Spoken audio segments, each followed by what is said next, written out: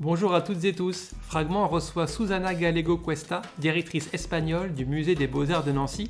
Après une enfance barcelonaise au lycée français, elle débarque à Paris pour y passer et réussir deux des plus difficiles concours, l'école normale et celle du Louvre.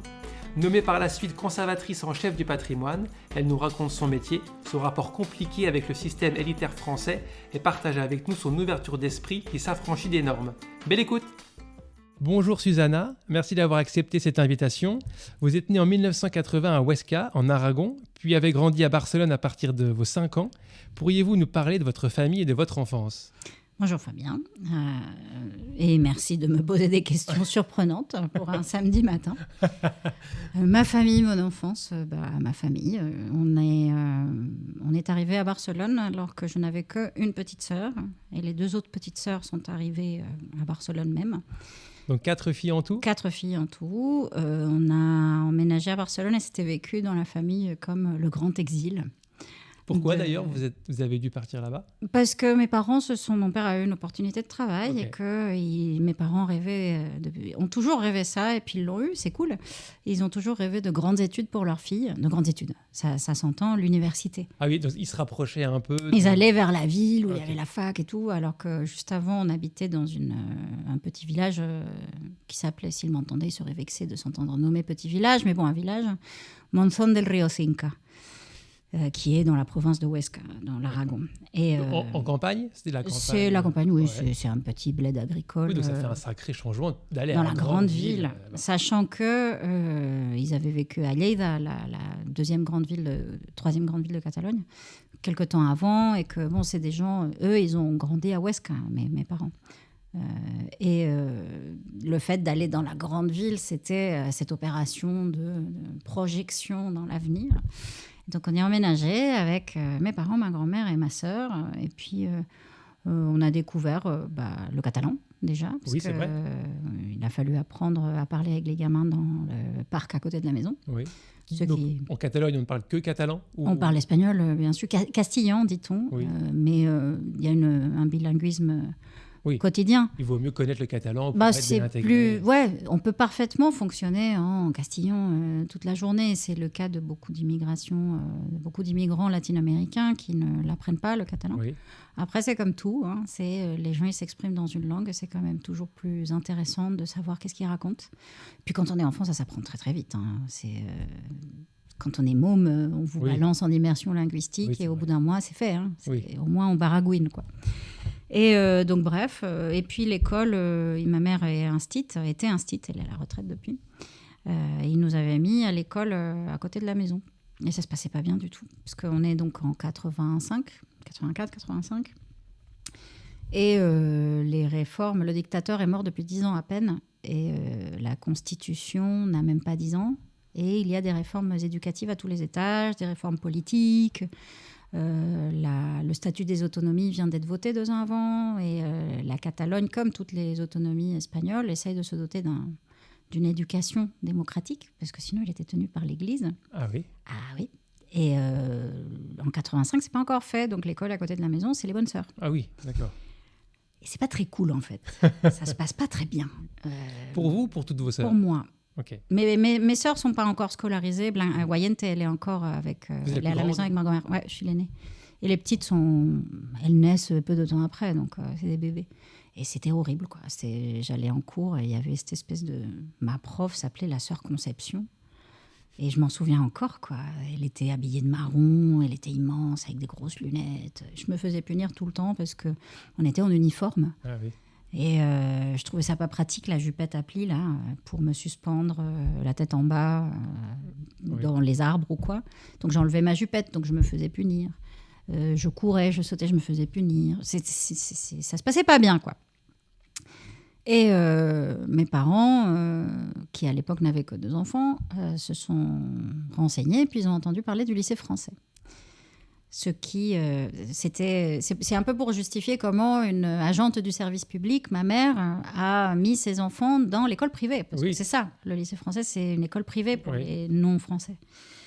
Et pour essayer de comprendre, c'est vrai que ce contexte bordélique un peu de réforme éducative, elle-même était en train d'apprendre le catalan. Parce que la réforme éducative et la réforme linguistique, ça s'appelle, en 86, la loi a été votée, ça s'appelait la loi de normalisation linguistique. D'accord. Parce que pendant toute la dictature, le catalan était interdit en tant que langue officielle, langue d'usage écrit. D'accord. Donc ça avait été cantonné à l'usage de la cour de récré et le marché, quoi, pour essayer d'assassiner la langue et la culture. Donc, première loi qui passe, c'est la normalisation linguistique. Le catalan redevient une langue officielle, une langue de télévision, une langue d'administration, et tout ça, une langue d'école.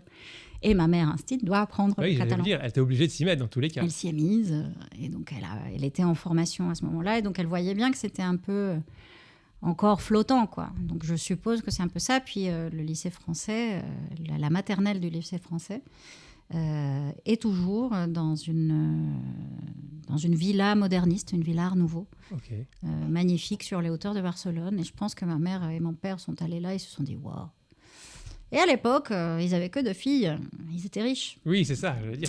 Donc ils nous ont inscrits là-dedans. Et, les deux donc. Les deux. Okay. Ma sœur Goyente avait 3 ans, moi je devais en avoir 5, un truc comme ça.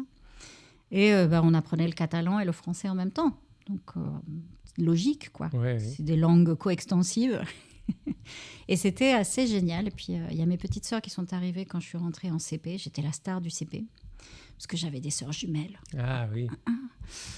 Après, ça n'a pas été très cool, l'école. Mais voilà, le français s'était installé dans nos vies. Et avec le dictionnaire qui va avec, parce que ma mère a appris le catalan, mais mon père, il comprend le catalan, mais il n'arrive pas à le parler. Mais s'y mettre au français, c'était chaud, quoi, parce que il y avait un peu ce fantasme, je pense, du lycée français. Mes parents se sont mis en couple à 17 ans, lors d'un voyage de leur lycée à Paris. D'accord. Donc il y a une espèce de mythologie française. Oui, parce que il se trouve que j'allais vous poser plus tard la question d'où vient l'origine des 2 passions entre l'art et la France. Vous venez de répondre, c'est-à-dire qu'en fait, on vous a pas imposé, mais le français est venu un peu comme ça à vous, presque par hasard. Vos parents ont un lien avec la France et vous étiez dans une villa Art Nouveau, donc quelque part à l'école. Ça tombe sous le sens. Oui, non, mais c'était la psychologie de comptoir, mais il y a peut-être quelque chose. Je pense qu'il y a un rêve. Bon, après, à nouveau, tout s'explique. Le privé politique et historique, tout s'explique aussi. Il y avait un tropisme francophile en Espagne comme image de contestation à la dictature. La France était... on allait à Perpignan, surtout quand on était en Catalogne. On traversait, on allait à Perpignan pour lire Le Capital et les journaux porno. On ramenait des revues porno de Perpignan, quoi. J'ignorais que c'était... Ça, c'est si vous interrogez les gens des années 60, 70, où vous lisez des romans là-dessus, c'est le voyage à Perpignan pour ramener Marx et Playboy, qui pour beaucoup de gens de plusieurs générations avant moi vont ensemble. D'accord, ok. Le marxisme et la pornographie, c'est la même chose. D'accord. C'est très drôle, très très drôle. Il y a Terenci Moix, qui est un grand romancier catalan, justement, qui a beaucoup écrit sur ça, sur la construction fantasmatique d'un pays enfermé sur lui-même. Et tous ces trucs étranges qui se font, ces espèces d'amalgames bizarroïdes, genre le grand barbu et les pin-up, quoi. D'accord. Enfin, bref. Ouais. Donc il y avait quand même culturellement un tropisme francophile. Après, mes parents, avec cette mythologie, puis la France et la liberté. Puis quand on est arrivé à Barcelone, mine de rien, le lycée français avait une aura énorme parce que la classe politique de la démocratie s'était formée là. L'un des premiers présidents de la Generalitat du gouvernement autonome catalan sortait du lycée français. Le maire de Barcelone sortait du lycée français. Vraiment, il y avait tous les gens qui s'étaient opposés au franquisme et qui faisaient partie des premières cohortes démocratiques étaient passés par le lycée français, qui avait vraiment cette image de lieu où l'on forme des gens à l'esprit libre. Mais parce que tous les cours sont en français ? Oui, c'est une école française hors sol. C'est des machins qu'a inventé la France pour fabriquer son soft power avant que le concept n'existe. C'est un objet colonial aussi, les lycées français à l'étranger, pour former les élites coloniales.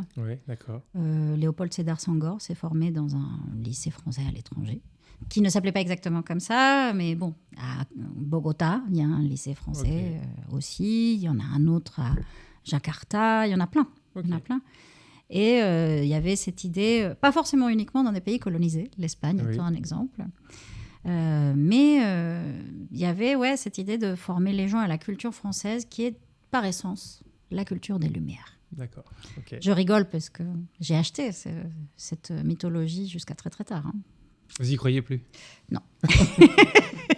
Mais bon, le mal est fait. Oui, parce que là, pour le coup, vous avez été imprégné de tout ça. Ça a dû influer beaucoup, à la fois vos passions, on y reviendra, et puis votre destin, quelque part. Oui, clairement. Après, c'est drôle parce que mes 3 sœurs n'ont pas du tout c'est étonnant. Oui. Le même rapport à la France. complètement échappé. Wayenne est la deuxième. Elle continue de parler français. Elle a vécu un petit peu à Paris en même temps que moi quand j'y étais. Mais n'a pas. Elle est beaucoup plus anglophile. Okay. Elle a passé 4 ans à Londres. Les jumelles, elles ont gardé un lien très étroit avec la France via les Français, parce qu'elles ont des tas de copains-copines français qui habitent ici, donc elles vont, elles viennent. La frontière n'existe presque pas pour elles, quoi. Mais il n'y a pas cette fascination culturelle que je peux avoir, et puis cette immersion totale, parce que ça fait 27 ans, 28 ans que je suis là. Et du coup, ils se moquent de moi, parce que quand je rentre, la française... c'est la francesa, elle est revenue. Je dis non mais vous arrêtez parce que j'ai toujours pas, j'ai pas demandé la nationalité française pour tout un tas de raisons. Et du coup c'est la francesa, elle revient la francesa. Et c'est vrai que pendant 2-3 jours je galère un peu à m'exprimer. Ah c'est vrai. Il y a des tas de gallicismes qui sortent, comme quand je rentre de vacances d'Espagne et qu'il y a plein d'espagnols partout dans mes phrases. Donc c'est une gymnastique. Tous les gens qui vivent dans différentes réalités linguistiques au quotidien le savent. On est tellement soulagés quand on a enfin devant soi quelqu'un qui est dans le même marasme linguistique que nous. C'est vrai. Ah ouais, parce qu'on peut parler n'importe quoi. Mon ami Ignace, qui habite à Londres, c'était mon voisin de quartier. Il était avec moi au lycée français, donc c'est un ami très proche depuis des années. Quand on se parle, on peut mélanger le français, l'anglais, l'espagnol et le catalan. Et on s'en fout. Oui. Alors, donc, la passion pour enfin, c'est peut-être pas la passion, en tout cas, le tropisme français, on l'a compris, et cette passion pour les arts. Alors, est-ce que vous savez d'où elle vient? Ça se trouve, elle vient de nulle part et c'est comme ça? Il y a toujours une psychanalyse à faire pour tout, hein, mais je sais que d'abord, c'est les livres. Moi, c'est le plus grand événement de ma life, c'est d'avoir appris à lire. D'accord. Je pense que c'est le moment essentiel de mon existence. L'écriture, la lecture. La lecture surtout. Comme ce qu'on me donnait à lire, ce qui me nourrissait le plus, c'était l'école. Il y a vraiment eu une sorte de plongeon là-dedans. Je suis intimement convaincue que si ce n'est pas dans les livres, ça n'est pas réel. Donc, si ça n'a pas été écrit, c'est que ce n'est pas très sérieux. Ça marche pour tout. D'accord, okay. Pour la pornographie, voilà. le marxisme, ça marche pour tout. Si c'est pas écrit à un moment donné. Et c'est un peu par là. Puis la musique aussi, puisque là, pour le coup, c'est de l'héritage familial aussi. Le papa de ma mère, je n'ai pas connu mes grands-pères, et le père de ma mère était organiste à l'église. Et ma mère s'est mise à apprendre le piano avec les partitions de son père. Et quand je suis arrivée et qu'on est arrivé à Barcelone, elle m'a inscrite à l'école de piano, à l'école de musique avec elle. Et moi, j'ai appris le piano avec ma maman assise à côté de moi, donc c'était super cool. Et surtout que j'avais déjà des petites sœurs, donc le temps où j'avais ma maman pour moi, c'était le piano. Donc la musique, c'est cool, parce que ça écarte les autres fauves là. Et donc la musique est rentrée comme ça, elle y est restée pendant longtemps. Et je me souviens quand on allait au musée, mais avec l'école et ce genre de choses. Et la plasticienne dans tout ça, c'est ma sœur Blanca, celle qui fait des choses avec ses doigts. Les autres, Guayente, c'est la danseuse, et Marta et moi, c'est plutôt les musiciennes. D'accord. Et quand je suis arrivée à Paris, je me suis dit, j'ai la musique, j'ai les livres, il me manque l'art. Il faut apprendre ça. Parce que j'avais pris la carte Louvre Jaune. Ça coûtait 100 francs à l'époque. Et du coup, je passais mon temps, j'adorais pouvoir rentrer et sortir du Louvre comme si c'était un moulin, quoi. Donc c'était une carte illimitée, en gros. Une carte à l'année pour les étudiants, et donc vous rentriez, vous sortiez autant de fois que vous vouliez. Et donc au départ, c'était un peu ça ce que je faisais, je rentrais, je sortais. Et j'ai entendu parler de cette chose qui s'appelle l'école du Louvre. Et je me suis dit, école du Louvre, c'est-à-dire une école qui est dans le Louvre. Ouais, c'est ça. Oh, trop bien. Et on y fait quoi? Je sais pas. Bon, on s'en fout, c'est dans le Louvre, c'est cool. Et je me suis dit, bah, écoute, on va préparer les concours et ça peut être sympathique. Parce que c'était toujours dans cette idée de... Cette espèce d'ambition folle et dingue de je veux tout savoir. Après, c'est la frustration de ma life, hein, c'est de me dire que je ne peux pas tout savoir en physique et en maths aussi. Oui, parce que, alors, si vous êtes venu vous êtes arrivé à Paris, on y reviendra un peu, mais pour faire l'école normale supérieure ou pas du tout? Bah, en fait, je suis venue, avant de rentrer à l'école normale, il faut passer un concours. Et avant de passer un concours, on passe par la classe préparatoire. D'accord. Et je suis venue pour faire ça sans trop savoir ce que c'était. Parce que l'autre choix cornélien, ça a été en seconde quand il a fallu choisir de faire des lettres ou des maths, à l'époque, avant Parcoursup. Et comme j'ai une tête de cochon assez bien ancrée, ma prof de maths avait dit « Si vous n'allez pas en S, vous ratez votre vie. » Donc du coup, je suis partie en L. Parce que juste, ça me paraissait tellement scandaleux. Ouais, par esprit de contradiction, ça me paraissait insultant, quoi. Bon, aujourd'hui, je me dis « Ah là là, j'aimerais bien... » Je caresse ce rêve-là quand je prendrai ma retraite, de m'inscrire. Parce que quand j'étais petite, je rêvais d'être astronome. Ah. Ce qui, en traduction contemporaine, ça veut dire astrophysicienne. Ouais. Et à nouveau, dans mes 10 ans, là, quand je cherchais un appart, je cherchais aussi, je regardais un peu astrophysicien, astronome, c'est quoi ce truc et tout. Je lisais tous les suppléments du journal sur les planètes et tout. Parce qu'il m'avait emmené, l'école française m'avait emmené au planétarium. Ah. Quand j'avais 6 ou 7 ans, un truc comme ça m'avait scotché, complètement scotché. Et je m'étais dit, je veux faire ça. Je veux regarder les étoiles toute ma vie. Sauf qu'à 10 ans, toujours, je me suis rendu compte que la NASA, c'était vachement loin. Oui. Et je trouvais ça un peu compliqué. Cap Canaveral, c'est loin, quoi. J'étais pas au courant qu'il y avait le CERN, juste là, en Suisse. Ah, vous avez eu assez de documentation pour savoir que la NASA, c'était à Cap Canaveral, mais pas qu'il y avait un truc tout près. Je savais pas qu'il y avait un truc tout près. Et puis que dans les Canaries, en Espagne, il y a les plus beaux observatoires, parmi les plus beaux observatoires européens. Et puis qu'aujourd'hui, on s'en fout, on peut être astrophysicien. Oui, bref. Donc, c'est l'un des regrets. Donc, comme je m'étais dit, il faut partir à la NASA super loin et tout, bon, on va faire des lettres, quoi. D'accord.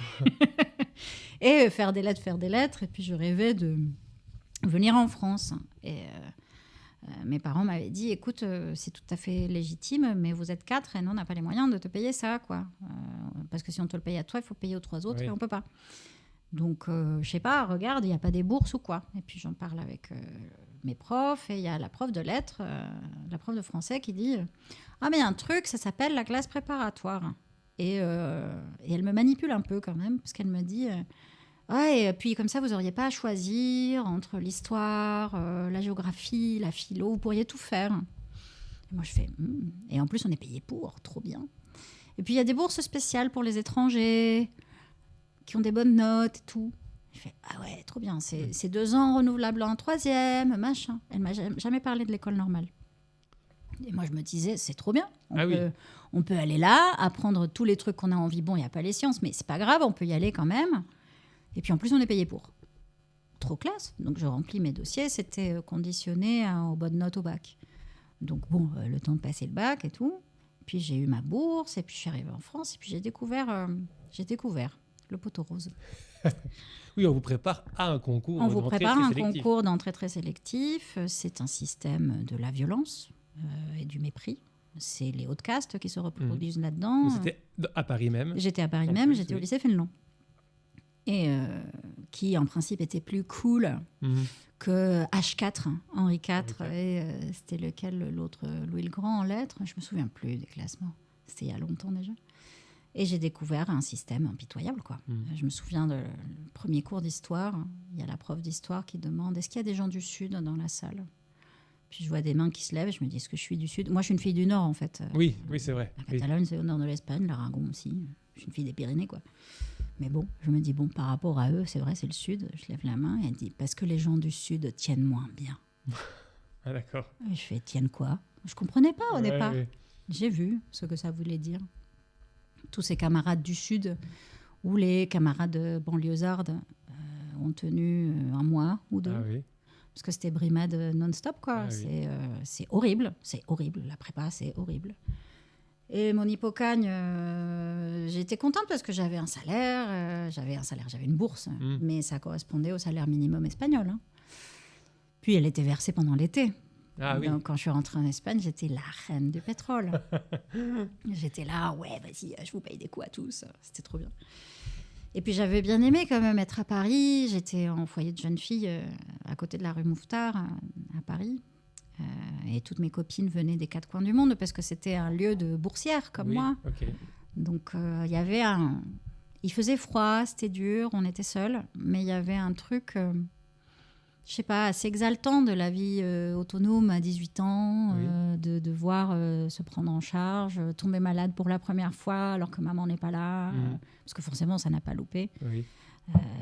J'attrape la mort tous les hivers depuis que je suis en France. Et bref, c'était... Donc du coup, je me suis dit quand même, tu vas pas lâcher la deuxième année de bourse, allez, vas-y. Donc j'ai fait une cagne. Donc la troisième année. La deuxième année, La deuxième parce que le système, c'est d'abord, il y a une hypocagne, c'est des mots archaïques avec plein d'accents circonflexes, des H et des Y pour décourager le populo. Donc il y a d'abord l'hypocagne, ensuite il y a la cagne. Et c'est en cagne que l'on passe le concours d'entrée à l'école normale. Et en général, donc, quand vous avez fait une première cagne, vous êtes carré. Quand vous en faites une deuxième, vous êtes cube. Et quand vous en faites une troisième, vous êtes bicart. Je n'ai jamais su comment ça s'écrit. En général, les gens intègrent à l'école normale, l'école normale, pas de préposition, cube. C'est rare d'intégrer carré. D'accord. Et donc, cette année de cagne, c'est la meute des loups, quoi. Non, les loups sont beaucoup plus doux. Les chacals, les hyènes, je sais pas. Donc tout le monde. Presque. Ouais, tout le monde contre tout le monde. Okay. Et vous découvrez des choses, des mythes comme ça qu'on m'avait raconté. Les copines du foyer m'avaient raconté ça. Des gens qui arrachent des pages des livres pour que leurs camarades. Eh ben, c'est pas des mythes. Des livres qui disparaissent de la bibliothèque, des trucs comme ça, parce que le concours, c'est pas juste être le meilleur, c'est que les autres se pannent c'est aussi. Ça, oui. Oui, en tout cas, pour être meilleur, il faut que les autres le soient moins. Donc, Et donc, du coup, c'est ma première cagne. J'étais là, je me suis dit, mais c'est quoi ce merdier ? C'est horrible, c'est affreux et tout. Puis j'ai fini l'année et j'étais proche. Mes résultats n'étaient pas désastreux. Sous-admissibles, ça s'appelle. Et donc, les profs autour, non, mais il faut que tu rempiles et tout. Et moi, j'étais là, je veux rien savoir, c'est trop horrible, c'est affreux. Je suis partie l'été. Mais ma bourse, elle était renouvelable une troisième année, si jamais j'avais des bons résultats au concours. Et donc, c'était le cas. Donc, j'avais encore cette année de thunes, une année de plus. Qu'est-ce qu'on fait ? Est-ce qu'on y va ? J'ai passé mon été à cogiter. Est-ce que j'y vais ? Est-ce que j'y vais pas ? Est-ce que je reviens ? Est-ce que je reviens pas ? Qu'est-ce que je fais ? J'avais un amoureux à Paris. Bon. Ça complique l'équation. Ça complique et ça penche la balance. Qu'est-ce que je fais ? Bon, allez, j'y vais, je rempile.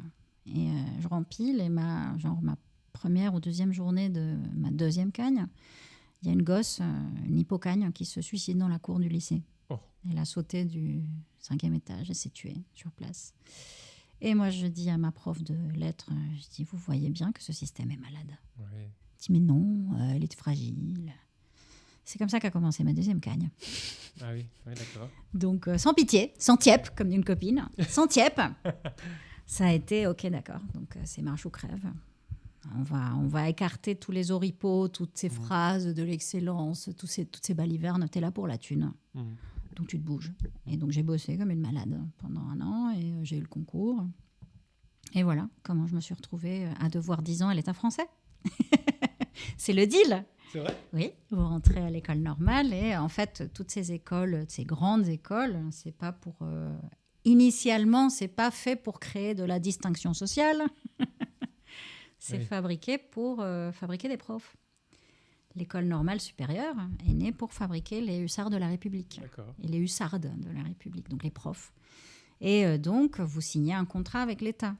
Vous lui appartenez, il vous a formé, il va vous former, parce que quand on rentre à l'ENS, on a un salaire, on a un traitement, on devient fonctionnaire et on commence à cotiser à la retraite à 21 ans, ce qui est plutôt cool. C'est bien, c'est super pris un peu d'avance sur la plupart de nos contemporains.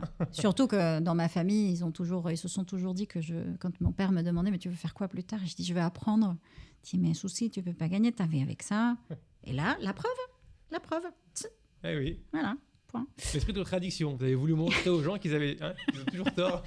Non, là clairement, c'était un peu le coup de bol. Hein. Parce que tous ces systèmes, je ne les connaissais pas, je ne savais pas comment ça marchait. Donc, de découvrir, je savais que c'était payé derrière. Et donc, j'imaginais que j'allais continuer à être une sorte de boursière. Je ne savais pas qu'il fallait donner 10 ans de sa vie à l'État. Chose qui n'est pas très douloureuse, parce que donc, vous êtes en train d'apprendre. Donc, le temps de passer dans la fac, de faire une licence, un master, passer l'agrég. Ça, c'est un peu le deal chiant à l'école normale. C'est qu'on vous oblige à passer l'agrégation. Et je me suis dit, bon d'accord, je vais passer l'agrégation d'espagnol parce que j'étais obsédée à l'idée de rentrer. Oui. Et je n'avais rien qui prouvait que j'avais une compétence linguistique et culturelle dans ma propre langue. Oui. Donc j'ai passé le concours, l'agrégation d'espagnol pour avoir un peu cette porte de sortie. Et puis le temps de passer l'agrég, de machin. Le truc que je n'avais pas remarqué, c'est que quand vous passez l'agrég, vous rempilez 10 ans. Ah oui. Après, j'ai découvert que c'était cumulatif. Qu'en gros, si je bossais pour l'État pendant 10 ans, que j'ai 3 ou 4 contrats faustiens à droite à gauche, ça se cumulait. D'accord. Parce que du coup, la grecque, tout ça, et puis je m'étais inscrite à l'école du Louvre. Parallèlement, j'ai passé le concours de l'ENS et j'ai passé le concours de l'école du Louvre parce qu'il y avait ce truc où, en gros, on avait cours dans le Louvre, quoi. Et je me suis arrangée pour faire les deux en même temps parce que ma maman étant instit, je savais que pour être enseignant, il faut avoir quand même la foi, quoi. Il faut une vocation que je n'avais pas. Et je voyais aussi les camarades de promo du dessus ultra malheureux parce qu'on les a versés dans la mythologie qui sont l'élite de la nation. Puis ils doivent faire cours à des collégiens lycéens. Oui. Donc ils se tapent des dépressions. Bon, vous voyez l'état dans lequel sont les profs aujourd'hui. Oui. Hein. Et moi, je savais que je ne voulais pas ça, que je ne vais pas faire un métier pour lequel je n'ai pas la fibre. Et je me suis inscrite à l'école de Louvre un peu avec l'idée de on verra bien, il y a peut-être quelque chose qui sort par là, quoi. Donc vous êtes, si je résume, vous êtes agrégé d'espagnol de l'ENS. Ça n'a rien à voir. L'agrégation d'espagnol, c'est l'agrégation d'espagnol. Vous les passez presque pour le plaisir. Non, on le passe par obligation. Oui. Mais l'ENS n'est pas... En fait, l'école normale n'est pas une école diplômante. Ah oui, d'accord. Donc on passe par la fac. Une école de formation qui, après, est libre à vous de faire... de faire d'autres choix, mais il vous oblige un peu... C'est des histoires de quotas et de justification de son existence, parce que quelle est la logique pour que, quand il fallait former les professeurs des écoles, parce que ça formait des instits, l'ENS au départ, si ma mémoire est bonne, puis des professeurs de collège et de lycée. Quand il était question de former ces représentants de la République, il était logique de financer leur formation. Mais avec l'établissement d'autres systèmes de sélection, d'autres systèmes de formation, le CAPES, l'AGREG par exemple, l'IUFM, je ne sais plus si ces sigles existent encore, mais ces structures-là ont vidé de leur sens les écoles normales, qui sont devenues des écoles d'excellence pour la reproduction des élites. Okay. Et donc, comment justifier le fait que ça coûte un bras à la population ? Un préparationnaire, un normalien, ça coûte, je ne sais plus, c'est du simple au quadruple par rapport à un universitaire, un étudiant de fac. Comment justifier ça ? En faisant qu'ils passent des agrègues et qu'ils se bougent le cul, parce que traditionnellement, on faisait ce parcours par l'ENS pour devenir prof de fac. En gros, l'échéancier s'est reculé.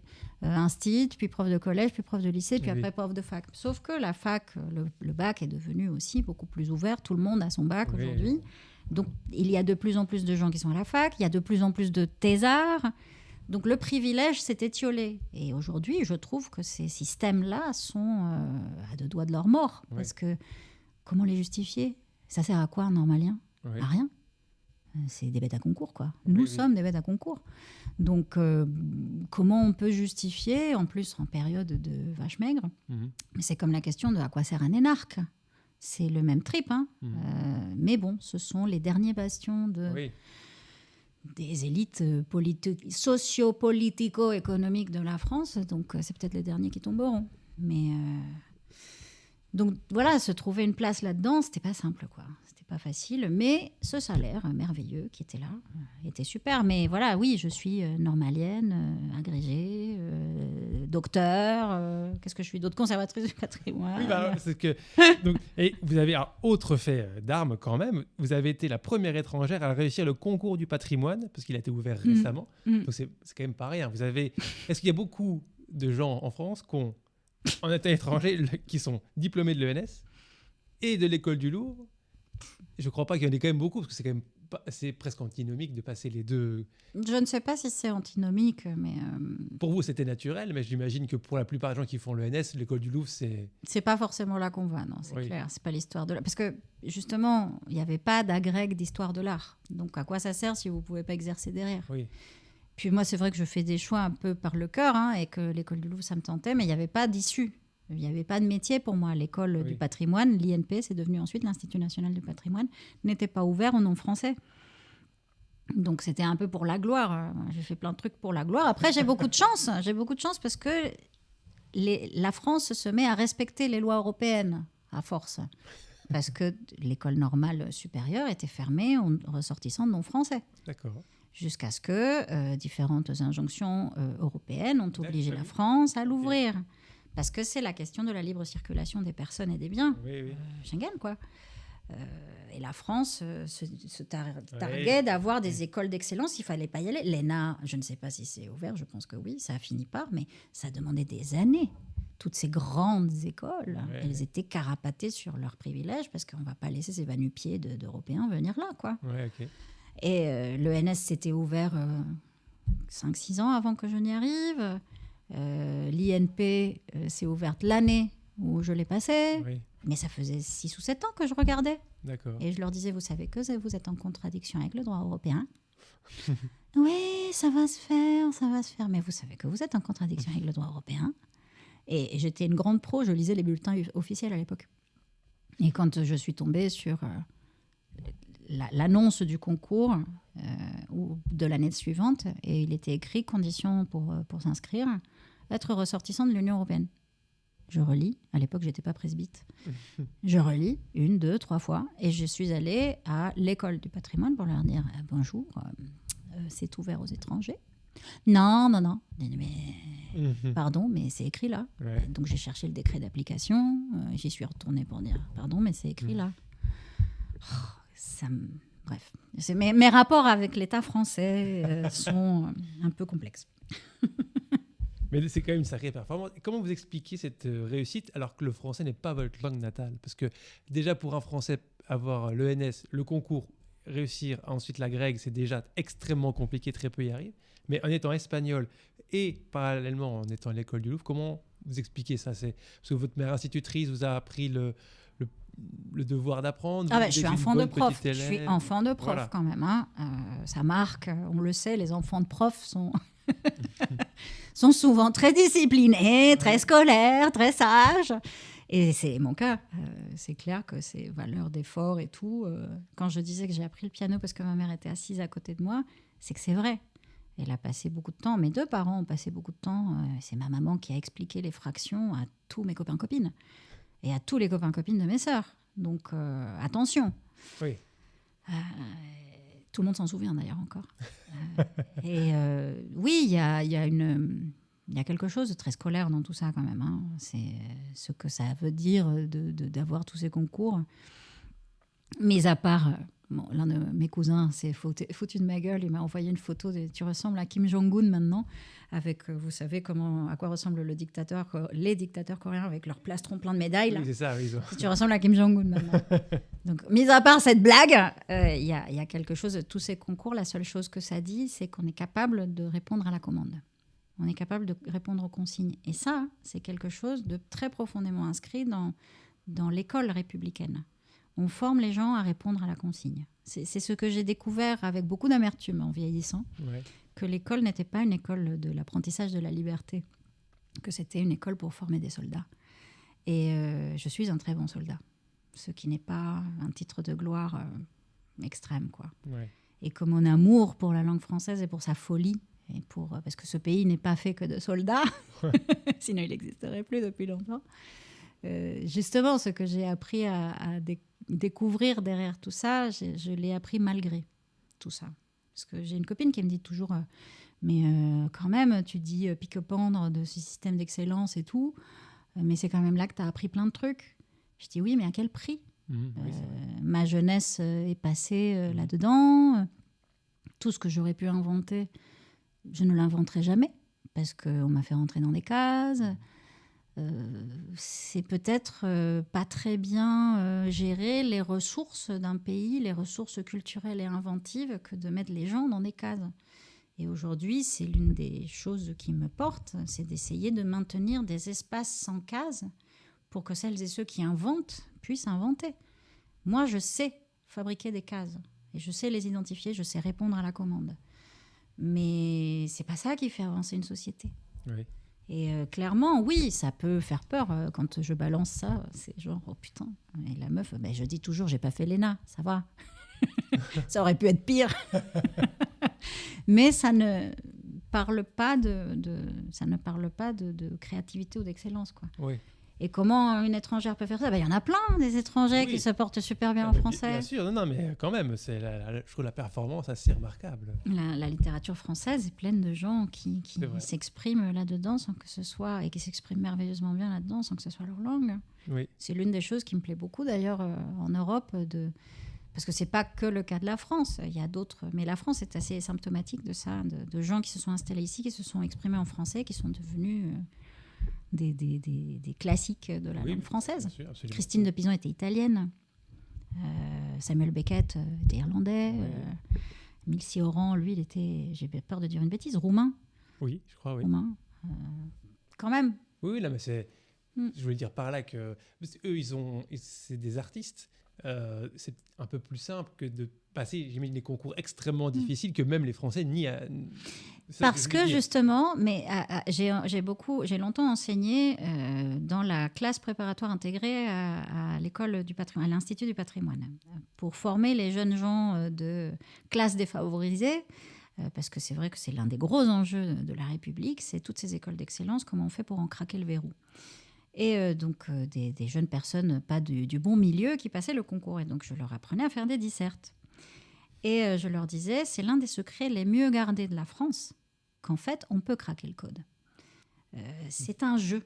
Et en fait, tout ce système élitaire se maintient lui-même par le silence. C'est l'une des choses qui m'a beaucoup choquée en arrivant en France, la politesse.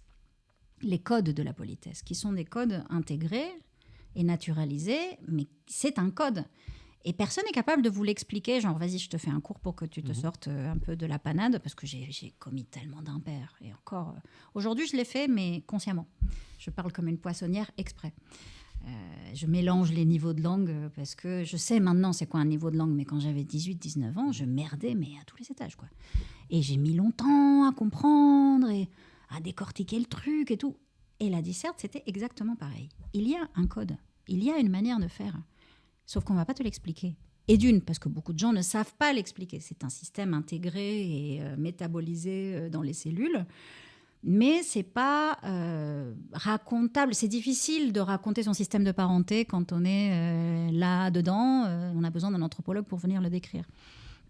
Et je me suis retrouvée là-dedans, à craquer le code, à comprendre la règle du jeu, grâce à un ou deux profs qui m'ont quand même bien aidée, à comprendre la règle du jeu et ensuite à l'expliquer. Parce qu'au fond, c'est un jeu rhétorique. Ce n'est que ça. C'est un jeu avec les mots, pour donner le change, pour donner l'impression qu'on a compris, qu'on s'est argumenté. C'est vraiment un jeu rhétorique. Et donc, j'expliquais ça à mes élèves. Je leur disais, mais au bout d'un moment, vous arriverez à faire des dissertes sur l'élevage des cochons en Bretagne, sans rien savoir des cochons ni de la Bretagne. Et ils me regardaient toujours comme ça. Je dis, vous allez voir. Et à la fin, ça marche. Donc, le point commun de tous ces endroits-là, la GREG, l'ENS, l'INP, c'est la dissertation. Et c'est un jeu. Ouais, donc, c'est ce qui m'a permis de survivre aussi, de me dire que c'était un jeu. Okay. Parce que si on le prend trop au sérieux et on considère que ces concours parlent de la qualité des humains, ça ravage. Et on saute du 5e étage dans la cour du lycée. Donc, ça ravage quand même. Mais le fait de se dire, je vais te passer la formule, je vais te passer le code secret, vas-y, tu vas pouvoir y aller toi aussi. C'est ce que je fais encore aujourd'hui d'ailleurs. Alors, si on fait un petit saut dans le temps, vous passez notamment, entre autres activités, 10 ans au Petit Palais à Paris, et vous êtes nommée conservatrice en chef du patrimoine, et vous dirigez le musée des Beaux-Arts de Nancy depuis juin 2019. Vous disiez vous-même, vous n'aimez pas trop les cases, et vous avez dit dans une interview que l'expression Beaux-Arts vous pose problème. Vous la trouvez datée, elle n'a plus beaucoup de sens aujourd'hui. est-ce que vous auriez des termes pour les remplacer? On parle toujours du musée des Beaux-Arts, il y en a dans chaque grande ville de France, peut-être même dans le monde, je ne sais pas. Qu'est-ce qu'on pourrait proposer pour remplacer cette expression qui vous semble un petit peu périmée? À Nantes, ils ont trouvé une réponse, c'est le musée des Arts de Nantes. Ils ont viré le beau. Ok. Musée des Arts de Nantes. Oui, ça paraît. Musée des Arts. Est-ce que vous pourriez changer le terme de musée des Beaux-Arts de Nancy? Vous avez la main là-dessus ou pas? Ça pourrait se discuter. C'est les élus qui décident à la fin. Hein, mais c'est marrant parce que quand Nantes a changé son nom, tout le monde débattait là-dessus. Est-ce qu'on y va, est-ce qu'on n'y va pas et tout. Et moi, je me demande pour Nancy, est-ce que ça a un sens? Parce qu'au-delà de la question du fait que Beaux-Arts, plus grand monde, ne sait ce que ça veut dire, c'est que ça ne décrit pas la réalité du musée, qui est un musée de beaux-arts à l'ancienne, donc avec de la peinture et de la sculpture, mais qui est aussi un musée d'art décoratif et de design, mais qui est aussi un musée d'art contemporain, qui est aussi un musée du papier et de l'estampe. Donc, non seulement le mot est has-been, mais la réalité qu'il recouvre n'est pas bien décrite. Oui, c'est vrai. Non, mais oui, il y a une lacune. Après... justement parce que c'est le bordel et que ça colle pas, ça me plaît. Je me dis, quel serait le gain de changer ce nom? Et si on faisait comme un Nantes, Musée des Arts de Nancy. On aurait le même acronyme en plus, on serait embêté. Déjà, on serait un peu dans la merde. Je sais pas, il y a un truc, le fait que justement ça colle pas, que ça grince aux entournures. Une étiquette qui marche pas est des fois beaucoup plus intéressante qu'une étiquette qui marche. Ok. Alors justement, est-ce que vous pourriez nous parler de ce qu'est une journée de directrice de musée? Donc vous dirigez un musée. À quoi ressemble une journée type? Qu'est-ce qu'on fait? que fait une directrice? Rien. Voilà, pourquoi pas. Si vous demandez à mes collègues, ils vont vous dire elle glande rien. Moi, je crois que vous courez partout avec votre téléphone près de l'oreille. C'est ce que j'ai ouï dire. Est-ce que bon? Oui. Non, mais parce que moi, j'ai la sensation de n'arriver nulle part, en fait, des fois, d'être noyée par les mails et les messages en retard. Donc c'est ça, une grande partie de votre journée, c'est non, parce que c'est vrai que journée type, est-ce que ça existe au travail de n'importe qui, hein, le mien est de n'importe qui. Oui, il y a des cadres horaires déjà. J'arrive à 8h parce que l'équipe technique commence à 8h. C'est des habitudes que j'ai acquises au Petit Palais parce que je m'occupais du service des expos à la fin. Et il fallait que je voie mes collègues qui étaient au turbin, les agents techniques. Et aussi, il faut dire que c'est une équipe de jeunes mamans. Donc, elles commençaient très tôt pour partir tôt aussi. Donc, j'ai pris ce pli, alors que moi, je suis une grosse dormeuse. Hein. Oui, c'est pour ça que je suis étonnée. La grosse dormeuse, et je suis une nocturne. Je suis une nocturne et grosse dormeuse contrariée depuis mes 18 ans. Donc, j'ai une tête... je commence à payer la facture. Et donc, j'arrive à 8h, et puis on boit le café ensemble, on fait un peu le point sur qu'est-ce qui va se passer dans la journée, puis chacun va à ses occupations. Moi, j'ai souvent... le lundi, c'est ma journée tunnel de réunion, parce qu'on se voit, on reprend après le week-end. Le vendredi, du coup, en miroir, il y a pas mal de temps d'échange avec les uns et les autres sur comment ça s'est passé, qu'est-ce qu'on va faire.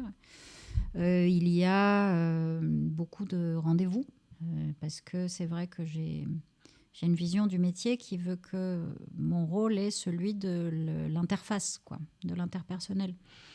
Et je ne suis pas une super administratrice, même si je fais beaucoup de juridique, de budgétaire, de managérial. Je m'occupe de beaucoup de choses comme ça tout le temps. Mais j'estime que ce n'est pas là que je suis la plus pertinente, que c'est justement dans le fait d'ouvrir la porte, de fabriquer des récits, d'accueillir... Et ça, c'est du temps passé avec les humains, d'où le fait que mon téléphone et moi, on est les pires ennemis, mais qu'il est toujours collé à mon oreille, et que je dis toujours aux gens, quand je les rencontre ou qu'on fait des choses ensemble, harcelez-moi. Parce que les mails et les messages débordent, donc quand ils veulent quelque chose, il faut me persécuter. Et ça, je m'en veux, parce que j'aime pas être comme ça, j'aimerais bien être au contraire disponible. Oui. Et je fais tout mon possible pour consacrer du temps de qualité à tout le monde, que ce ne soit pas entre deux portes expédié. En gros, c'est toujours mon esprit de contradiction qui aura ma peau, hein, parce que le travail est devenu fou, je ne suis pas la première à le dire. Et cette inflation dinguissime de mails, le bruit administratif, ça met tout le monde dans une situation terrible. Et ça ne fait pas avancer le schmilblick, parce qu'à force, on ne fait qu'entretenir Moloch, quoi. On nourrit la machine, mais cette machine n'a de sens que pour servir la population. Donc, si vous vous occupez de la machine, vous vous occupez plus de la population. Donc, bref, c'est un peu la croisée des chemins dans laquelle je suis. Je ne sais pas comment maintenir l'humain à flot. Oui. Parce que c'est votre priorité. De ce que je comprends, c'est que vous cherchez vraiment à travailler la matière humaine plutôt que les budgets, les ça c'est forcément, il faut le faire, hein, parce que c'est l'exercice, les conditions d'exercice sont là. Juridique, budgétaire, il faut. Mais il y a tout cet impalpable qu'est la relation humaine, la durée dans les projets. Un projet d'exposition, ça se construit sur 2, 3, 4, 5 ans.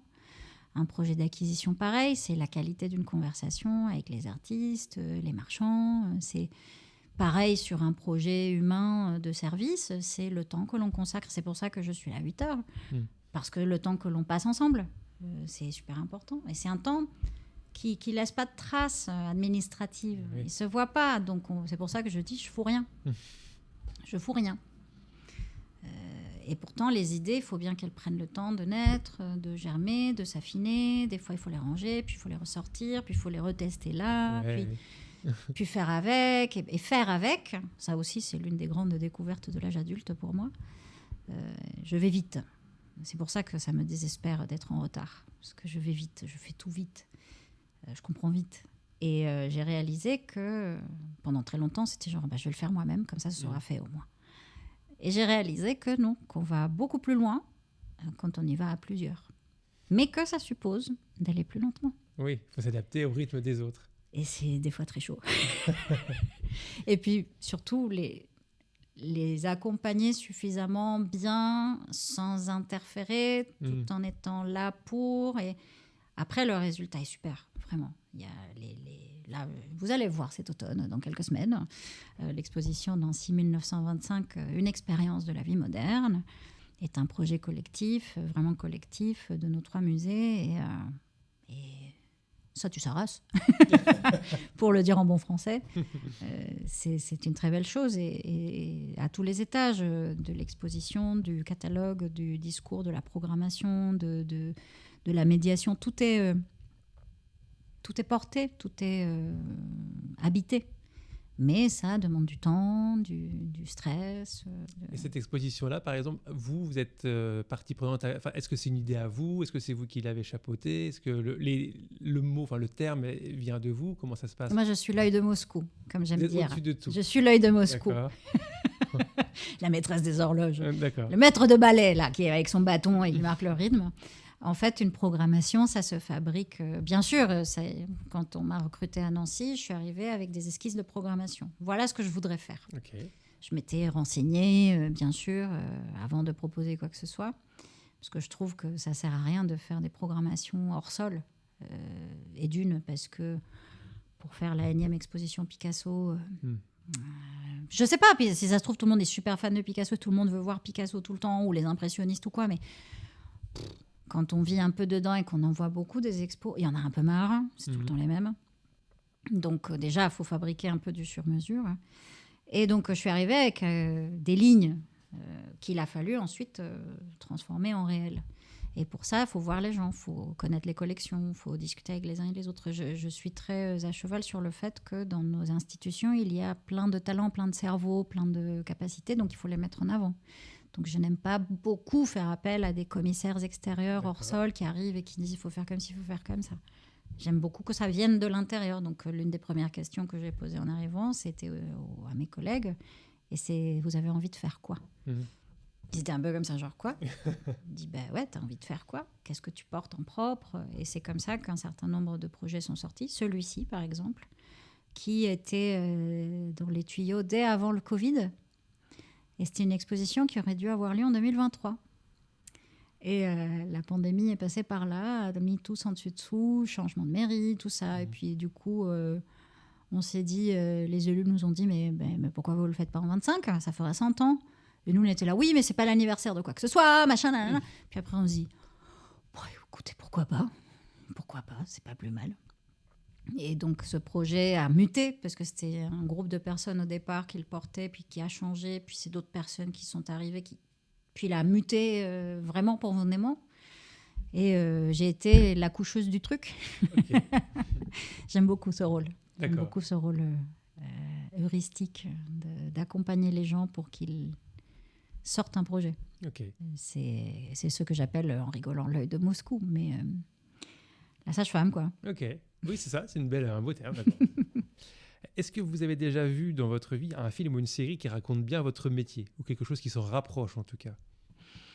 Film ou une série C'est dur, hein, parce que je ne crois pas qu'il y ait beaucoup de films ou de séries sur déjà les musées et encore moins les directrices de musées, mais est-ce que au moins peut-être cette partie sage-femme qui aide à mettre au monde un projet? Non, ce qui est amusant, c'est quand on réfléchit aux films sur les musées. Il y a Belphégor qui est tout pourri. Oui, c'est vrai, je ne pensais pas que vous me le sortiriez. Pas quand même tout pourri, mais c'est sympa, quoi. Ça parle de ce que ça n'est pas, c'est ça qui est bien. Ou le Da Vinci Code, qui est aussi un sacré catastrophe. Oui. Non, il n'y a pas de caméra de surveillance et des herses au Louvre, je vous l'apprends. Non pas que j'encourage tout le monde à aller voler au Louvre, mais non, c'est pas ça. Ou La nuit au musée. J'aime beaucoup La nuit au musée. J'aime beaucoup La nuit au musée parce que pour le coup, pendant le Covid, j'y pensais beaucoup. J'étais au musée en fait. On était deux, il y avait le poste de sécurité et moi. Et je passais beaucoup de temps dans les salles vides. C'était hardcore, quoi. Je me disais, les œuvres sont mortes s'il n'y a pas des gens pour les voir. Et du coup, je fantasmais beaucoup La nuit au musée. Alors, quelle œuvre auriez-vous aimé qu'elle s'anime? Elle s'est animée, voyons. Il y a La misère, j'en menais pas large parce qu'il y a cette sculpture que je connaissais d'avant, que j'ai rencontrée au Petit Palais. Donc, c'est une sculpture du musée des Beaux-Arts de Nancy, en bois, magnifique. Et c'est une vieille femme nue qui se tient recroquevillée sur son siège. Et elle fait un peu peur parce qu'elle a les yeux creusés. Et je l'avais rencontrée au Petit Palais lors de l'exposition Paris 1900, où elle était prêtée. Et puis j'avais perdu le pari parce que personne n'avait envie de s'occuper d'elle et de faire la poussière pendant l'expo parce qu'elle faisait peur. Et on avait tiré la courte paille et ça m'était tombé dessus. Et donc du coup, j'ai dû faire le ménage, faire la poussière sur La misère pendant toute la durée de l'expo Paris 1900. Donc l'œuvre s'appelle La misère. La misère. C'est de qui? Jules Desbois, l'un des sculpteurs qui gravitait autour de Rodin. Et donc, j'avais eu un peu peur, quoi. C'est déjà, je rentrais, je faisais le ménage et puis je me barrais, quoi. Puis, quand j'ai passé le Covid avec elle, j'étais là, elle va se lever. Il y a un conte dans les contes de l'Alhambra de Washington Irving que je lisais quand j'étais enfant. C'est mon père qui me lisait ça. Et il y a une histoire des soldats napoléoniens, ces horribles Français qui ont envahi l'Espagne. Les soldats napoléoniens qui font n'importe quoi dans une église et tout. Et puis, il y a une statue d'une gisante magnifique. Et puis, l'un des soldats, il veut l'embrasser, je sais pas quoi. Et puis, le gisant d'à côté se lève et lui met une mandale terrible de pierre et puis le tue sur place. Et cette idée de la statue qui s'anime, c'est une vieille lune occidentale. Mais pour moi, c'est ce conte-là. Si on fait des bêtises, elle va se lever, va vous mettre une mandale et va vous coucher. Et La misère, quand elle se lève, si elle se lève, elle fait plus de 2 mètres. Elle est immense. Et donc, pendant tout le Covid, avec ces histoires de nuit au musée, j'avais l'impression qu'elle se promenait. Parce que le musée était éteint. Oui. Et donc, la journée, ça allait encore, mais le soir, c'était genre, je l'ai vu. Et il n'y avait personne pour me dire, arrête, tu délires. Elle a bougé, je l'ai vu. Maintenant, on est devenues copines. Parce que je me suis rendu compte qu'en fait, elle ne fait pas peur. Okay. Que quand on la regarde à taille enfant de 6 ans, elle a le regard triste. C'est quand on la regarde un peu comme ça de haut qu'on voit les yeux caves. Okay. Quand on la regarde, et je pense qu'il lui faut un socle plus haut justement pour ne pas faire peur. D'accord. On rappelle que dans La nuit au musée, dans le film, les œuvres prennent vie le soir. C'est dans le musée d'histoire naturelle à Washington. Ouais. Et ils se réveillent tous et puis il leur arrive des trucs et puis il y a le dinosaure qui se promène. Oui. Et c'est assez drôle. Donc, je ne sais pas si ça raconte mon métier, mais en tout cas, ça parle de la fascination de ce que c'est qu'un musée fermé. C'est vrai. Non, mais c'est vrai qu'il y a un côté fascinant. C'est curieux parce que les gens ne sont pas du tout fascinés par les musées ouverts, mais par les musées fermés, oui. Oui, c'est vrai, c'est rigolo, c'est une belle façon. Ça occupe beaucoup. Oui. Que se passe-t-il au musée Lorrain en ce moment? Oui, c'est vrai. Qu'est-ce qu'on cuisine là derrière? On bosse, hein, mais c'est ça qui est fou, c'est que je me dis, et après, quand c'est ouvert... Ça vous intéresse plus? Oui, peut-être qu'on aime plus l'idée du musée fermé que d'y aller soi-même en journée. Ouais, il y a un truc moins... Vous devriez faire des visites entre 2 et nocturne. 5 heures du matin. Bah, on a fait justement avec les deux de la Spontanée un spectacle qui s'appelle Frontal, qui est une visite à la lampe frontale des collections, très inspirée par la nuit au musée. Hein. Qu'il y a plein de musées français qui font la nuit au musée et qui invitent des écrivains à dormir sur place et qui du coup parlent un peu de tout ça. Oui. J'ai beaucoup aimé celui de Christophe Onodibu et Adèle Abdessemed au musée Picasso. Oui. C'était puissant, quoi. Guillaume Gallienne a fait ça aussi, je crois, non, si je dis pas de bêtises. Ouais. Et puis c'est devenu une sorte de petite mode, mais ça reste encore le truc pour VIP. Oui, c'est sûr. Oui. Et c'est vrai que montrer les coulisses, montrer l'envers du décor, montrer tout ça, on le fait régulièrement parce que justement, il y a beaucoup de mythes. Ouais. Du trésor. Non, il n'y a pas de dragon dans les sous-sols. Bon. Il y en a un dans le bureau, c'est moi. Donc, ça suffit. Ça suffit. Dragon. Alors, vous avez des journées très animées qui commencent tôt, vous qui êtes un peu une lève-tard contrariée. Mais est-ce qu'il y a une chanson qui vous met de bonne humeur pour attaquer votre journée? Ou un groupe de musique? Est-ce qu'il y a une chanson que vous aimez mettre particulièrement qui va vous égayer, vous réveiller? Ça va beaucoup dépendre de la météo. Oui, ça, je mets la musique en fonction de la météo. Il y a des jours où il y a cette copine qui est ma DJ personnelle qui m'a fait une playlist spéciale teuf. Et il y a une chanson de Doja Cat qui me met en joie. D'accord, ok. I'm a bitch, I'm a boss. Ah oui, d'accord. Okay. And I shine like gloss. En fait, ça résume votre journée à venir. En fait. Ça, c'est quand je suis vraiment de bonne humeur. D'accord, ok. Sinon, ça peut être des trucs beaucoup plus tristes. Mais pour danser, j'aime beaucoup des musiques que j'ai écoutées depuis que je suis toute petite.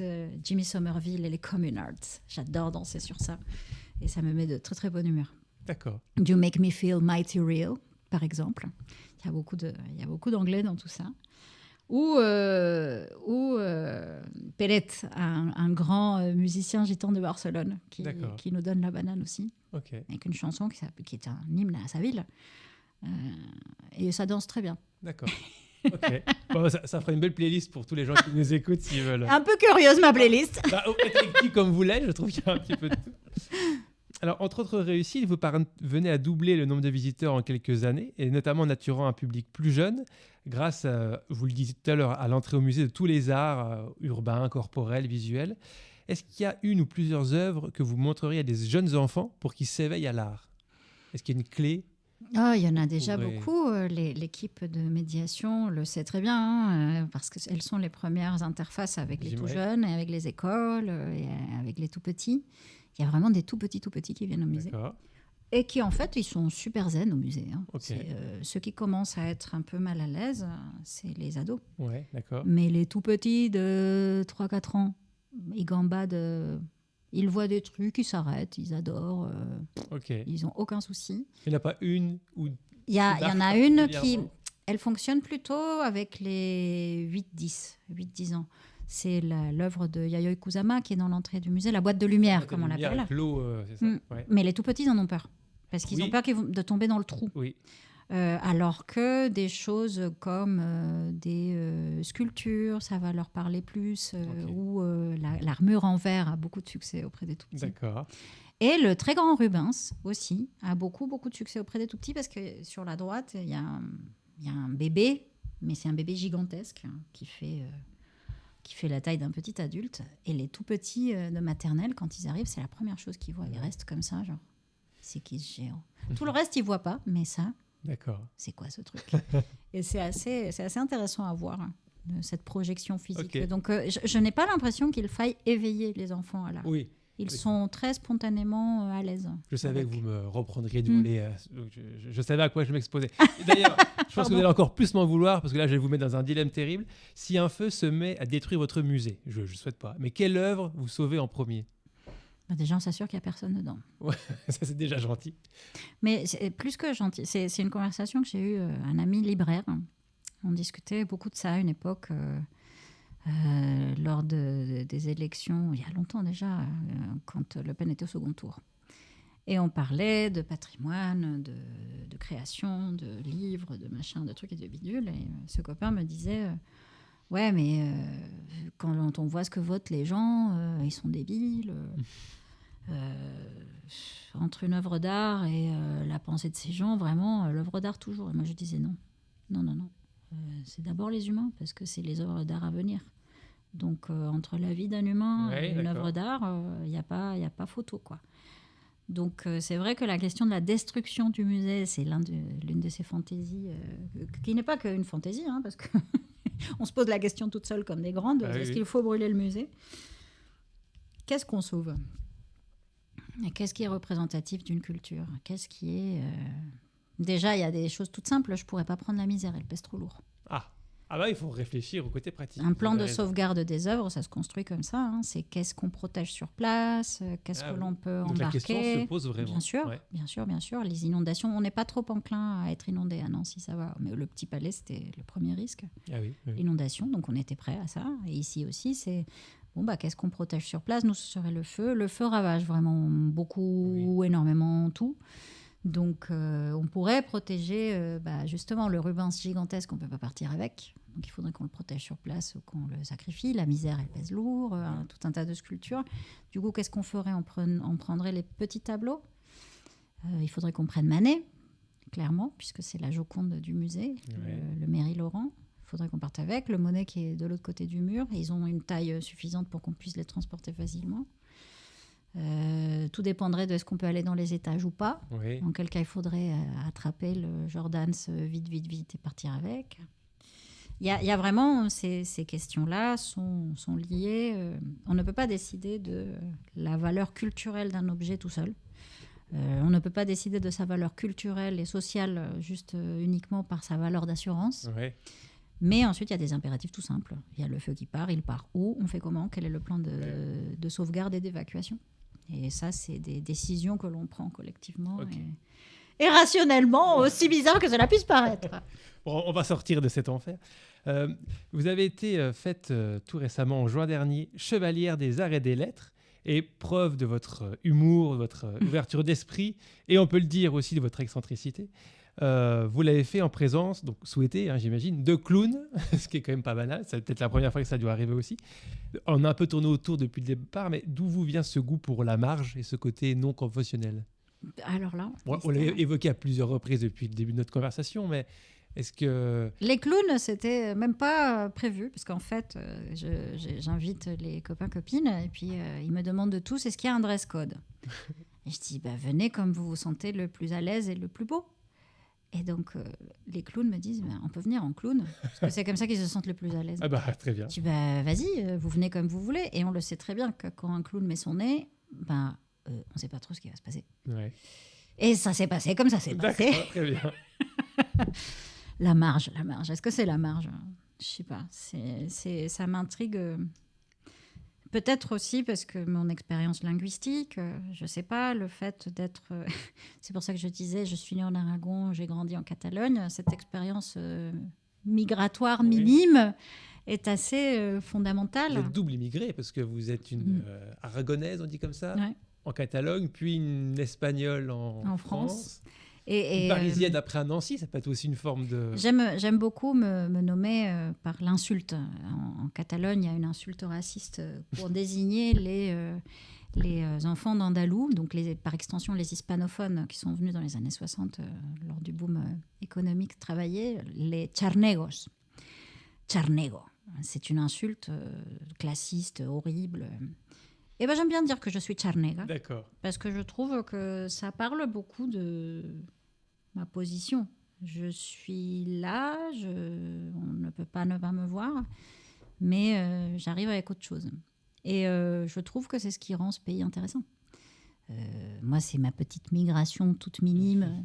Je rigole souvent en disant que je suis le Marco Polo de la famille, parce que j'ai fait 1200 bornes. Mon Dieu. Alors que les parcours des Françaises et des Français d'aujourd'hui sont incroyables, quoi. Donc, je ne suis pas sûre que ce soit justement la marge Au contraire, c'est la grande majorité des gens qui a des histoires qui ne rentrent pas dans les cases dessinées par cette élite autoproclamée. Est-ce que c'est un souci Vous êtes juste tout à fait normal. Ouais. Si je vous écoute. Ouais, tout à fait normal, comme tout un tas de gens qui sont tout à fait normaux. Vivre des réalités multiculturelles et plurilingues, c'est le lot de tellement de Françaises et de Français. Oui, c'est vrai. Puis les autres, je sais pas, vous dites Paris-Nancy, combien de Lorrains doivent déguiser leur accent quand ils montent à Paris ? Oui.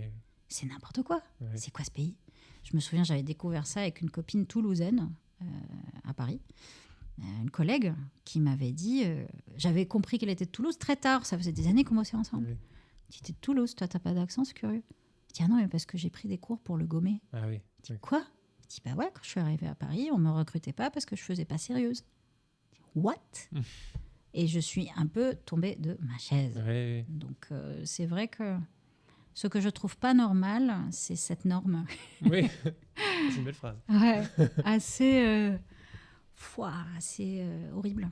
Donc, je sais pas, après, c'est l'une de mes sœurs qui dit ça. Les gens bizarres que fréquente Susanna. Elle est avocate. Elle est avocate d'affaires. Et du coup, elle regarde ce microcosme qu'elle perçoit comme étrange, alors qu'elle est là... À la maison, ça parle chez elle. Son mari est allemand, donc il parle déjà l'espagnol et l'allemand. Puis les copains des gamins, ils sont des quatre coins du monde. Oui. Qu'est-ce qui est normal ? Oui. Bon, ok, c'est des parents avec des enfants. Mais voilà. Alors, il y a une curiosité dans votre parcours. Vous êtes à l'origine de nombreuses publications, mais il y en a une qui m'a quand même plus marqué. J'aimerais que vous nous en parliez un petit peu. Alors, je le cite, c'est le traité de l'informe, monstre, crachat et corps pourrissant entre Renaissance et XXe siècle. Qu'est-ce que c'est que cette Qu'est-ce que c'est que cette histoire ? C'est juste la publication de ma thèse. Voyons, c'est mon premier bébé, c'est mon premier livre. Il a la jaunisse, il est tout jaune en plus. Mais si vous devriez la résumer genre en 2 phrases. En 2 phrases, ma thèse en 35 secondes. Voilà, ça essaye de démontrer que la fascination pour la naissance des formes, qui a été la naissance des formes plastiques, verbales et tout ça, qui a été quelque chose de très fort à la Renaissance, pas qu'en France, ressurgit au XXe siècle. Et peut-être au XXIe aussi. Et c'est en fait, ça part, la thèse et le livre et toute cette réflexion part un peu de cette obsession que j'ai depuis très très longtemps. J'emprunte la phrase à Leibniz. Pourquoi y a-t-il quelque chose plutôt que rien ? D'où ça vient la création ? Ça sort d'où ? Le comment c'est fabriqué, tout ça, j'ai beaucoup avancé, j'observe et je n'ai pas de certitude, mais j'ai quand même un certain nombre d'exemples autour de moi. Mais le geste premier, ça sort d'où ? Pourquoi les humains fabriquent du neuf ? C'est trop space, non ? Qu'il y ait forme à partir de quelque chose où c'est pas du néant à l'existence. Il y a une sorte de gloubi-boulga là qu'il est intéressant d'observer. D'accord. Ah bah justement, vous faites une belle transition pour ma question suivante. Si vous pouviez observer un artiste disparu en pleine création, lequel serait-il et pour quelle œuvre ? Vous pourriez rentrer dans le secret de sa création. Il vous expliquerait ce qu'il fait, c'est ça qui serait intéressant. Est-ce qu'il y en a un ou une qui vous... Il y a une artiste qui me préoccupe beaucoup et quand j'ai fini ma thèse, je me suis dit le prochain c'est sur elle, c'est Eva Hesse. C'était une artiste originalement installée aux États-Unis, qui est morte un peu trop jeune et elle fabriquait des trucs avec de la résine. De la fibre de verre, des trucs comme ça, des machins un peu super difficiles à conserver en plus, genre pas le cadeau pour les musées, quoi. Et elle a tout un tas de pièces qui sont ressorties à sa mort. Les Studio Works, c'est des petits trucs, des tests, des machins. Et je suis là, je me dis, mais elle faisait quoi avec ça ? Ça se passait comment ? Elle collait ça comment ? J'aimerais bien voir. Non pas qu'elle m'explique, parce que je pense qu'elle-même... pourrait formuler des choses et ce serait super intéressant, mais déjà la voir faire, quoi. Parce que quand on regarde les gens qui font de la terre ou du verre, il y a des contraintes physiques du matériau qui expliquent certains choix. Oui. Là, c'est pas ça. Là, il y a un bidouillage super strange. J'aurais bien la regarder faire, fabriquer, parce que c'est vrai aussi, un peu comme quand les gens dessinent à côté du téléphone. Bon, c'est plus le cas aujourd'hui parce qu'on est avec nos écouteurs sans fil ou quoi, mais dans le temps, quand il y avait des fixes, je racontais ça à mes neveux. Ah oui, on dessinait ou quand en réunion, il y a des gens qui font ça. qui gribouille. Ce geste est super passionnant. C'est comme l'allure de la marche. Ça dit tellement de quelqu'un. Ouais. Et justement, comment on bidouille des trucs, comment on dispose les papiers, comment on réajuste une écharpe. Ça dit beaucoup de choses impensées qui sont constitutives de l'être. Et chez les artistes, c'est comment le premier geste va se mettre en place. Quelle est Et chez elle, il y a un truc de l'agrégat.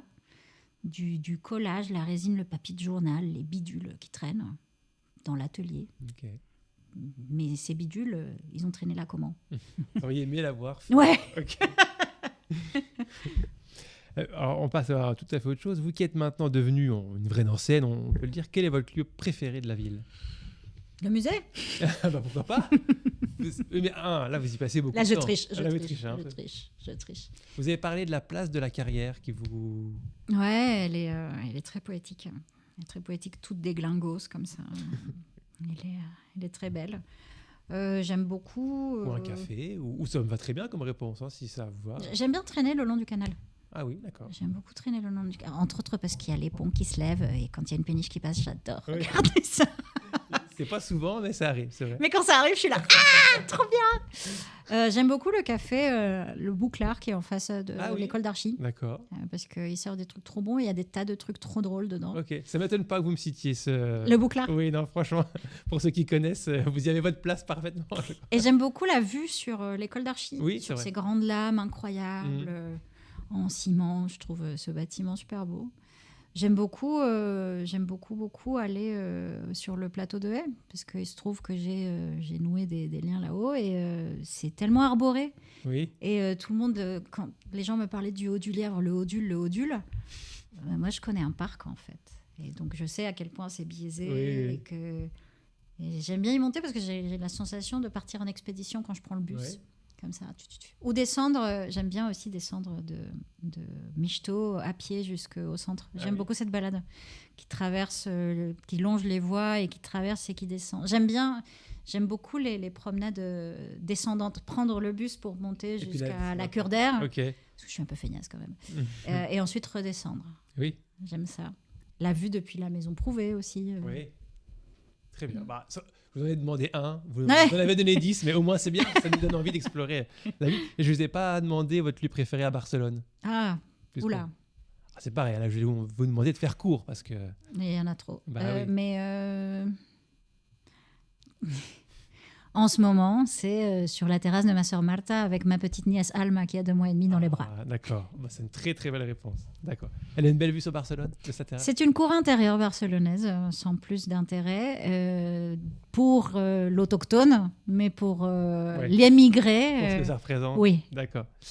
Si vous pouviez avoir tout de suite et sans effort une compétence particulière, laquelle choisiriez-vous ? Alors, on en parlait un peu avant que les micros s'ouvrent. Vous me parliez alors à la fois de saut dans le temps et de... L'immortalité, l'invulnérabilité. Voilà, c'est ça. Vous voudriez invulnérable, immortel et aller partout. Non, j'aimerais juste ne pas me fatiguer. Ne jamais me fatiguer. Ah, pourquoi pas ? J'aimerais beaucoup ça. Donc, genre ne jamais dormir ? Je sais que ça rend fou. Non, mais si vous ne pouviez pas être... Mais si je pouvais, j'adorerais avoir de la ressource infinie, quoi. D'accord. Ne pas me fatiguer, puis être capable, parce que ça, c'est l'une des choses de l'âge, hein, et du surmenage aussi, c'est de se rendre compte qu'on ne peut pas sauter indéfiniment d'un sujet à l'autre, qu'on n'a plus le jus, J'aimerais beaucoup avoir... parce que je dis toujours, j'ai ma batterie de rechange, parce que j'ai beaucoup d'énergie, en fait. Et quand celle de la batterie normale s'est épuisée, il y a celle de rechange. Mais j'ai vécu ces dernières années avec le Covid et tout, j'ai vécu l'épuisement de la batterie de rechange. Et ça me fout un peu les boulots. Donc j'aimerais bien que ça ne se tarisse jamais. D'accord. Est-ce que vous avez une routine, habitude, manie ou moment qui fait du bien à votre corps ? Le yoga. Ah, très bien. Matinal. Avant d'aller travailler, un petit coup de yoga. Le yoga matinal. Ouais. D'accord. Et si c'est pas la même, une qui fait du bien à votre esprit ? Lire tout le temps. Lire, d'accord. Voir les copains-copines. Ouais. Refaire le monde jusqu'à pas d'heure. Vous en avez sur Nancy des copains-copines depuis toutes ces années, des amis même. Des autochtones en l'occurrence, des gens que vous avez rencontrés ici. Des amis même. J'ai été très très bien accueillie à Nancy. D'accord. Les Lorrains m'ont beaucoup fait rire. Non mais tu sais, on est des gens froids, un peu secs, très réservés. Et au bout de quelques mois, J'avais déjà des gens. Mais il faut que je te présente machin. Donc ils ont tous été toutes. Donc bon, entre l'image que les gens ont d'eux-mêmes et ceux qui font en vrai, c'est beaucoup plus valorisant de notre côté. Bon, c'est un beau compliment. Et est-ce qu'il y en a une de ces habitudes ou de manies dont vous aimeriez vous défaire? De mes manies? Ou pas? Ou c'est peut-être, je voudrais arrêter de fumer. Ah, vous fumez? Ouais. Aïe, aïe, aïe. Je voudrais arrêter de fumer. Ce n'est pas encore au stade du désir. C'est ma mère et ma généraliste qui veulent que j'arrête de fumer. Donc, il va falloir que j'arrête de fumer. Mais j'ai pas encore envie. D'accord. Bon, c'est en projet, mais c'est d'accord. Mais... Est-ce qu'il y a une odeur que vous adorez et ou qui vous fait du bien? Ouais. Je broderais sur ma nièce, mais l'odeur de ma nièce, de mes neveux, cette odeur. Respirer les petits-enfants qui sentent bon. Plus que les respirer, c'est même une odeur désagréable de petit enfant, c'est quand ils rentrent à la maison et ils sentent la rue. Ah oui, d'accord. Et c'est cette odeur de parc, de rue, de pot d'échappement, d'extérieur qui me rappelle mes sœurs. D'accord. Quand on rentrait enfant à la maison et qu'on jetait les cartables comme ça parce qu'il fallait courir faire pipi. Et cette odeur de rue. D'accord. Elle n'est pas agréable, mais ça dit tellement de trucs. Ok. Et je la retrouve chez mes neveux, là, et ma nièce, mon neveu et ma nièce. C'est la même. D'accord. C'est curieux. Ou d'autres odeurs. Il y en a une qui me fait toujours sourire. C'est quand j'arrive à Barcelone et que ça sent les égouts, le chorizo frit et la mer. C'est mélange. C'est dégueulasse, mais je suis à la maison. Est-ce qu'il y a une personne rêvée, vivante, avec laquelle vous aimeriez boire un verre? N'importe qui. Là, comme ça, tout de suite. Artiste. Tiens, ça c'est relativement... J'aimerais bien que ça devienne faisable. Bénédicte Savoie. Qui est-elle? C'est une historienne de l'art qui travaille en Allemagne. D'accord. Et qui a écrit des livres passionnants et qui a été notamment co-autrice avec Felwinsar du rapport sur les restitutions d'œuvres d'art et qui est une super prof au Collège de France et qui a fait des cours sur l'année 1815, donc les restitutions napoléoniennes, puis qui travaille beaucoup sur ça et qui s'exprime super bien et que j'aimerais beaucoup rencontrer. Ou même si... ça pourrait être aussi Marilène Patoumatis, qui est une paléoanthropologue spécialiste de Néandertal. J'aimerais bien boire un coup avec elle. Ok. Marilène, si tu m'entends. On va essayer que ça se fasse, bien sûr. J'aimerais bien que vous buviez un coup ici et on enregistre la conversation. Ça pourrait être très intéressant.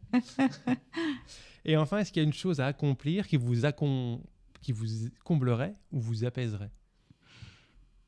Publier. Publier. Vous l'avez déjà fait?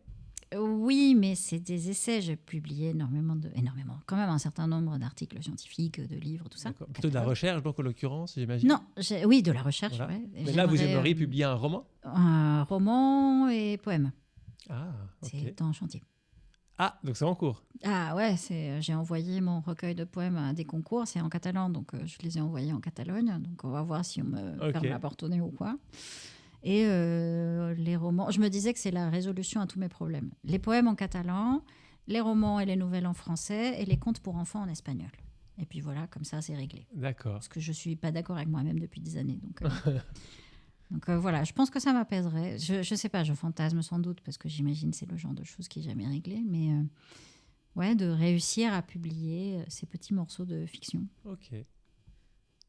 C'est pas impossible non plus. Vous avez des rêves accessibles. Oui, c'est clair que l'immortalité, l'invulnérabilité, c'est plus chaud. C'est plus compliqué. Publier un livre et puis boire un coup avec des gens qui sont vivants et qui sont presque de votre milieu quelque part. Vous pourriez, même dans un cadre strictement professionnel, les sonner. Salut, tu viens boire? Non, mais vous pourriez, pour l'exposition 1925, vous pourriez dire j'ai besoin d'un coup de main, j'ai un truc que je... Ouais, c'est des gens occupés. Mais vous trichez un peu, vous faites croire que c'est pour le travail. On ment. Plaisir. Mais oui. On ment. Merci beaucoup, Susanna. Merci beaucoup. C'était un plaisir. Merci pour votre écoute. J'espère que cet épisode vous a plu. Abonnez-vous à Fragment pour suivre les prochains et n'hésitez pas à laisser des commentaires ou à me proposer des questions pour de futurs invités. À bientôt.